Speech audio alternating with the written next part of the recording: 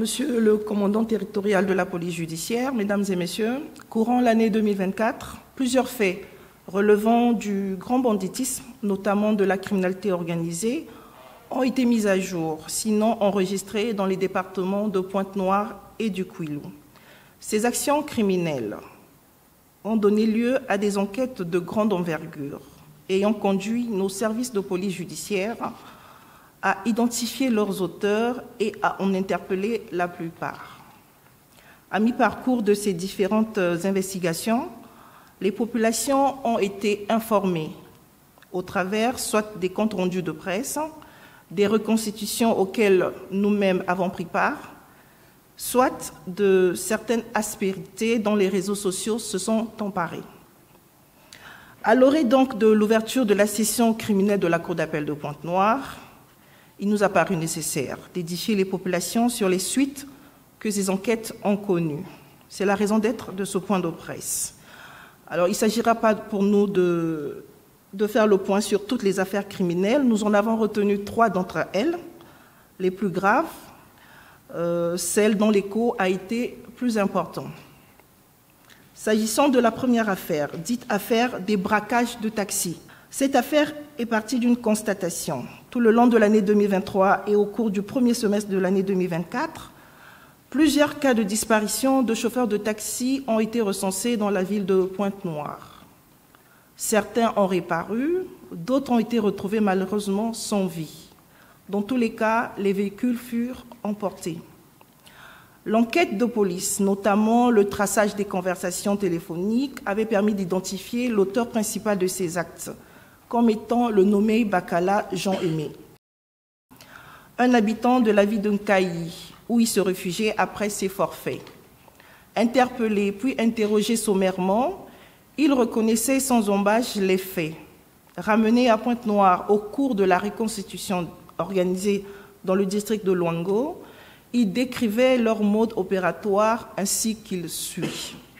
S'employant premièrement à les mettre en confiance, il attirait les chauffeurs de taxi dans les lieux excentriques tels que Djosso et Luango, où l'attendaient ses comparses. À ces endroits, ces chauffeurs subissaient des violences, se voyaient administrer des comprimés entraînant la perte de conscience pour ensuite être abandonnés dans les buissons ligotés. Certains auront la vie sauve grâce au passage fortuit de chasseurs. D'autres, à l'instar du nommé Akiana Rosni, seront malheureusement retrouvés déjà morts. Il est des disparus dont à ce jour aucune nouvelle. Partant donc de cette reconstitution, des investigations supplémentaires seront réalisées, permettant enfin l'arrestation à Brazzaville et ailleurs dans le pays des autres participants à divers degrés à ces agissements. Au terme de cette enquête, les nommés Bakala Jean-Aimé, Landou Dongawens Duquel et Mbungu Mouyabi Arnaud ont été présentés au parquet de la République de Pointe-Noire, bien entendu. Une information judiciaire était ouverte à leur encontre des chefs d'assassinat, coups et blessures volontaires et vols aggravés. Cette information est aujourd'hui bouclée puisque le juge d'instruction a sanctionné cette procédure par une ordonnance de transmission des pièces au procureur général près la Cour d'appel de Pointe-Noire. La deuxième affaire, elle est dite du braquage des pharmacies. Du 27 au 30 août 2024, la ville de Pointe-Noire a été secouée par plusieurs faits de vol à main armée qui se sont particularisés par leur cible, à savoir des officines, couramment appelées des pharmacies. 2 pharmacies de la place ont été visitées, la pharmacie El Shaddai à Songolo et la pharmacie Nouvelle Écriture à Tchétché. Les malfaiteurs opérant de nuit en bande organisée avec des moyens motorisés ont agi en usant des armes de type PMACA, lesquels leur ont permis de tenir en respect les gardiens des lieux, non sans préalable les avoir soumis à de sévères violences. Dans les 2 pharmacies, plusieurs produits pharmaceutiques évalués à plusieurs millions, des téléphones portables et des sommes d'argent de fonds de caisse ont été dérobés. L'enquête conduite par le commandement territorial de la police judiciaire a permis l'interpellation de leurs auteurs. Il s'agit des nommés Siasia Yann-Claude alias Boark, Chikomo Mabiala Guibo Gérold alias Chik, Sambou Bilongo Marvel alias Paga, Kiyonga Chris André alias Wizigoga, Mabiala Junior alias BBJ et Kula.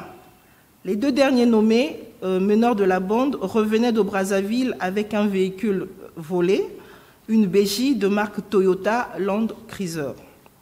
Présentés tous à mon parquet, une procédure de crime flagrant a été mise en œuvre à leur encontre pour association de malfaiteurs, vol qualifié, complicité de vol qualifié et recel. Enfin, s'agissant donc de la troisième affaire, celle dite du vol chez les Chinois, elle s'est passée le 4 septembre 2024 en matinée, où des individus armés de pistolets automatiques investissaient la société Huangwei, appartenant à des sujets chinois. Lors de ce vol, les malfrats vont emporter une somme d'argent estimée à 100 millions de francs CFA. Le maître des lieux et son employé de nationalité camerounaise subiront en outre des violences. Aussitôt informés et sur nos instructions, les services de police judiciaire se déployaient sur les lieux et après les constatations d'usage et d'exploitation des captures des caméras de surveillance, parvenaient à mettre la main sur certains de ces malfrats, alors que d'autres, juste après le partage du butin, sont pressés de quitter la ville de Pointe-Noire. Au cours de cette enquête, un des auteurs présumés, le nommé Miontsuba Jacques, a trouvé la mort pendant sa garde à vue des suites d'un malaise cardiaque. Cet événement malheureux, largement relayé sur les réseaux sociaux après la sortie médiatique de sa campagne, a permis par ailleurs d'identifier d'autres participants à cette entreprise criminelle, au nombre desquels Dame Toi Grâce, compagne de Miontsuba Jacques, autrice de la vidéo ayant défrayé la chronique. En définitive, ont été présentés au parquet dans le cadre de cette affaire les nommés Tiloulou Lufuku, Miadjengila Francis alias Hitman, Moukoko Dieu merci alias Diego, Badinga Israël alias Magali. Il s'agit là du père et de sa fille, laquelle, impliquée dans le braquage la société Huangwei, s'est retrouvée avec des fonds dont le père a utilisé et ne méconnaissait pas la provenance de ces fonds. Une procédure pour recel a été engagée à son encontre. Et aussi Madame Itoa Grâce. Suivant donc procédure de crime flagrant, des poursuites ont été engagées à leur encontre des chefs d'associations de malfaiteurs, de vols aggravés, de complicité de vol aggravé pour certains et de recel de biens provenant d'un vol qualifié pour d'autres. Toutes ces personnes que nous venons de citer vont comparaître devant la cour criminelle dans les tout prochains jours pour répondre de leurs actes. Pour finir, je tiens donc à féliciter les services de police judiciaire, avec ici présent le commandant territorial de la police judiciaire de Pointe-Noire et du Kouilou, dont la dextérité a permis de mettre hors d'état de nuire ces malfrats qui envisageaient, selon des renseignements documentés en notre possession, qui envisageaient de mener des opérations criminelles de plus grande ampleur encore. Je vous remercie.